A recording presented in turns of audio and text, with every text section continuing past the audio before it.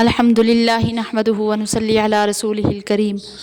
رب اشرح لی صدری ویسر لی امری واحلل عقدۃ من لسانی یفقہوا قولی۔ اس سورہ آل عمران کے شروع میں یہودیوں کی بری خصلتوں اور شرارتوں کا ذکر تھا، تو یہاں پھر اسی کو لوٹایا گیا ہے۔ یہ آیات سب اسی طرح کے مضامین پر مشتمل ہیں،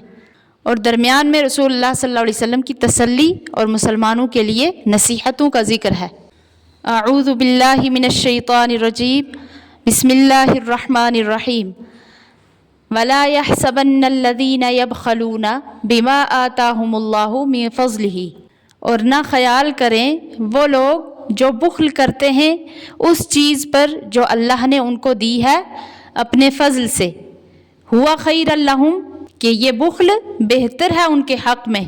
بل ہوا شر لہم، بلکہ یہ بہت برا ہے ان کے حق میں۔ یعنی جن ضروری جگہوں میں مال خرچ کرنا چاہیے تو اس میں وہ بخل کر کے اس کو اچھا سمجھتے ہیں اپنے لیے، حالانکہ یہ ان کے لیے برا ہے، کیونکہ انجام اس کا یہ ہوگا سَيُطَوَّقُونَ مَا بَخِلُوا بِهِ يَوْمَ الْقِيَامَةِ، کہ طوق بنا کر ڈالا جائے گا ان کے گلوں میں وہ مال جس میں بخل کیا تھا قیامت کے دن۔ یعنی اس مال کا جس میں انہوں نے بخل کیا تھا سانپ بنا کر ان کے گلے میں ڈالا جائے گا۔ تو بخل کرنا یوں بھی ایک بے وقوفی کی بات ہے، کیونکہ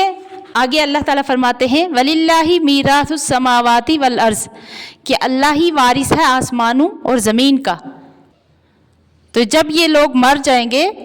تو یہ سب اللہ ہی کا رہ جائے گا، تو پھر اس وقت یہ مال اللہ کے لیے ہو جانے سے تمہیں کوئی ثواب نہیں ملے گا، کیونکہ تم نے اپنے اختیار سے نہیں دیے۔ تو اس لیے عقل کی بات یہ ہے کہ ابھی اپنے اختیار سے دے دو تاکہ ثواب کے مستحق بنو۔ واللہ بما تعملون خبیر، اور اللہ جو تم کرتے ہو اس کی خبر رکھتا ہے۔ تو اس لیے جو کچھ خرچ کرو اخلاص کے ساتھ اللہ کے لیے کرو۔ تو اس آیت میں بخل کی جو سزا ذکر کی گئی ہے کہ قیامت کے دن جس چیز کے دینے میں بخل کیا اس کا طوق بنا کر اس کے گلے میں ڈالا جائے گا۔ اس کی تفسیر رسول اللہ صلی اللہ علیہ وسلم نے یہ فرمائی ہے۔ حضرت ابو ہریرہ رضی اللہ عنہ فرماتے ہیں کہ رسول اللہ صلی اللہ علیہ وسلم نے فرمایا کہ جس شخص کو اللہ تعالیٰ نے کوئی مال عطا فرمایا پھر اس نے اس کی زکوٰۃ ادا نہیں کی تو قیامت کے دن یہ مال ایک سخت زہریلا سانپ بن کر اس کے گلے کا طوق بنا دیا جائے گا، اور وہ اس شخص کی باچھیں پکڑے گا اور کہے گا میں تیرا مال ہوں، تیرا سرمایہ ہوں۔ آگے فرمایا لقد سمع اللہ قول الذین قالوا ان اللہ فقیر ونحن اغنیاء، بے شک اللہ نے سنی ان کی بات جنہوں نے کہا کہ اللہ فقیر ہے اور ہم مالدار۔ کچھ گستاخ لوگوں نے مذاق اڑایا اور انہوں نے کیا کہا کہ نعوذ باللہ اللہ تعالیٰ غریب ہے اور ہم مالدار ہیں۔ تو کیا فرماتے ہیں اللہ تعالیٰ کہ صرف اسی سننے پر اکتفا نہیں کیا جائے گا، سنکتب ما قالوا، ہم لکھ کر رکھیں گے ان کی بات، وقتلہم الانبیاء بغیر حق ونقول ذوقوا عذاب الحریق، اور جو خون کیے ہیں انہوں نے انبیاء کے نہ حق، اور ہم کہیں گے کہ چکھو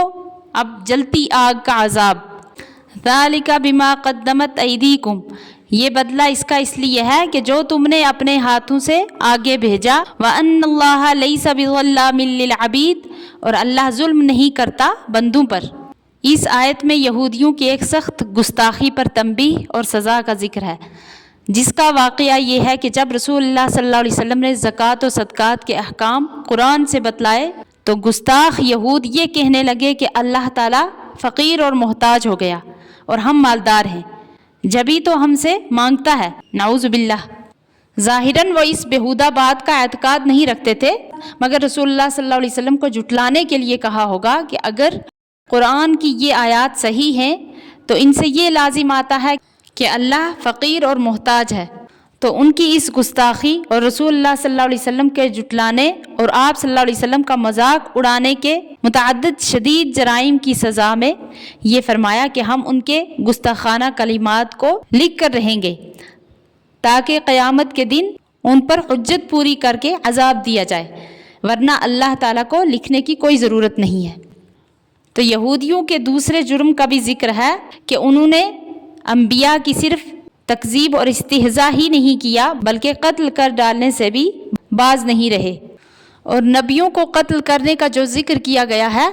تو وہ ان یہودیوں سے بہت پہلے حضرت یحییٰ اور حضرت زکریا علیہ السلام کے زمانے کا ہے۔ تو پھر نبیوں کے قتل کا جرم ان مخاطبین کی طرف کیسے منسوب کیا گیا؟ وجہ یہ ہے کہ یہ یہود مدینہ اپنے ان گزرے ہوئے یہودیوں کے اس کام پر راضی اور خوش تھے، اس لیے یہ خود بھی قاتلین کے حکم میں شمار کیے گئے۔ کفر پر راضی ہونا بھی کفر اور معصیت میں داخل ہے۔ رسول اللہ صلی اللہ علیہ وسلم کا ایک ارشاد اس کی مزید وضاحت کرتا ہے۔ آپ صلی اللہ علیہ وسلم نے فرمایا کہ جب زمین پر کوئی گناہ کیا جاتا ہے تو جو شخص وہاں موجود ہو مگر اس گناہ کی مخالفت کرے اور اس کو برا سمجھے تو وہ ایسا ہے گویا یہاں موجود نہیں ہے، یعنی وہ ان کے گناہ کا شریک نہیں۔ اور جو شخص اگرچہ اس مجلس میں موجود تو نہیں مگر ان کے اس کام پر راضی ہے تو وہ باوجود وہاں سے غائب ہونے کے ان کا شریک گناہ سمجھا جائے گا۔ اور اس آیت میں ذکر کیا گیا ہے کہ یہود کس طریقے سے جھوٹ تراش تراش کر کہتے ہیں، الذین قالوا، کہ وہ لوگ جو کہتے ہیں ان اللہ عہد الینا اللہ نؤمن لرسول حتی یاتینا بقربان تاکلہ النار، کہ اللہ نے ہم کو کہہ رکھا ہے کہ یقین نہ کریں کسی رسول کا جب تک نہ لائے ہمارے پاس قربانی کہ کھا جائے اس کو آگ۔ جیسے کہ پہلے انبیاء علیہ السلام کا یہ معجزہ ہوا ہے کہ کوئی چیز جاندار یا بے جان اللہ کے نام کی نکال کر کسی میدان یا پہاڑ پر رکھ دی جاتی تھی تو غیب سے ایک آگ آسمان سے نمودار ہوتی تھی اور اس چیز کو جلا دیتی تھی، تو یہ علامت صدقات کے قبول ہونے کی ہوتی تھی۔ یہودیوں کے کہنے کا مطلب یہ ہے کہ آپ صلی اللہ علیہ وسلم نے یہ خاص معجزہ ظاہر نہیں فرمایا، اس لیے ہم آپ پر ایمان نہیں لاتے۔ تو اسی کا جواب اللہ تعالیٰ فرماتے ہیں قُلْ قَدْ جَاءَكُمْ رُسُلٌ مِّن قَبْلِي بِالْبَيِّنَاتِ، تو آپ کہہ دیجئے تم میں آ چکے کتنے رسول مجھ سے پہلے نشانیاں لے کر، وَبِالَّذِي قُلْتُمْ فَلِمَ قَتَلْتُمُوهُمْ إِن كُنتُمْ صَادِقِينَ، اور یہ بھی جو تم نے کہا، یعنی وہ صدقات جس کو آگ کھا جاتی تھی، فَلِمَ قَتَلْتُمُوهُمْ، پھر تم نے ان کو کیوں قتل کیا، إِن كُنتُمْ صَادِقِينَ، اگر تم سچے ہو۔ تو جو پچھلے انبیاء کا طرز مذکور ہے کہ وہ صدقات کا مال کسی میدان یا پہاڑ پر رکھ دیتے تھے اور آسمانی آگ ان کو جلا دیتی تھی، تو سمجھا یہ جاتا تھا کہ ان کے صدقات قبول ہو گئے۔ تو اب رسول اللہ صلی اللہ علیہ وسلم اور آپ صلی اللہ علیہ وسلم کی امت کو حق تعالیٰ نے یہ خاص امتیاز عطا فرمایا تھا کہ صدقات کے مال کو آسمانی آگ کی نظر کرنے کے بجائے فقیروں اور محتاجوں کو دیے جاتے ہیں۔ تو چونکہ یہ پچھلے انبیاء کے طرز کے یہ طرز خلاف تھا تو اس لیے اس کو مشرکین نے بہانہ بنایا کہ اگر آپ نبی ہوتے تو آپ کو بھی یہ معجزہ عطا ہوتا کہ آسمانی آگ صدقات کے مال کو کھا جاتی۔ تو اس پر اور زیادہ جرت یہ کی کہ اللہ تعالیٰ پر بہتان باندھا کہ اس نے ہم سے یہ عہد لیا ہے کہ ہم اس شخص پر ایمان نہ لائیں جس سے یہ معجزہ آسمانی آگ کے آنے اور مال صدقہ کو جلانے کا صادر نہ ہو۔ تو یہود کا یہ دعویٰ بالکل بے دلیل اور باطل تھا کہ اللہ نے ان سے یہ عہد لیا ہے۔ تو ان کو اس قول سے مغلوب کرنے کے لیے یہ ارشاد فرمایا کہ اگر تم اس بات میں سچے ہو کہ اللہ تعالیٰ نے تم سے ایسا عہد لیا ہے تو پھر جو انبیاء گزر چکے اور تمہارے کہنے کے مطابق یہ معجزہ بھی دکھلایا تھا کہ آسمانی آگ مال صدقہ کو کھا گئی تو تم ان پر تو ایمان لاتے، مگر ہوا یہ کہ تم نے ان کی بھی تکذیب ہی کی بلکہ ان کو تو قتل ہی کر ڈالا۔ تو آگے آپ صلی اللہ علیہ وسلم کو تسلی دی گئی ہے فَإِن كَذَّبُوكَ فَقَدْ كُذِّبَ رُسُلٌ مِّن قَبْلِكَ، پھر اگر یہ تجھ کو جھٹلائیں تو پہلے تجھ سے جھٹلا گئے بہت رسولوں کو، جاؤ بالبینات، جو لائے نشانیاں، والزبری اور صحیفے، والکتاب المنیر اور روشن کتاب۔ یعنی آپ صلی اللہ علیہ وسلم غم نہ کریں کیونکہ یہ معاملہ تو سبھی انبیاء کے ساتھ ہوتا چلا آیا ہے۔ کل نفس ذائقۃ الموت، ہر جی کو چکھنی ہے موت۔ وَإِنَّمَا تُوَفَّوْنَ أُجُورَكُمْ يَوْمَ الْقِيَامَةِ، اور پھر تم کو پورے بدلے ملیں گے قیامت کے دن۔ فَمَن زُحْزِحَ عَنِ النَّارِ وَأُدْخِلَ الْجَنَّةَ فَقَدْ فَازَ،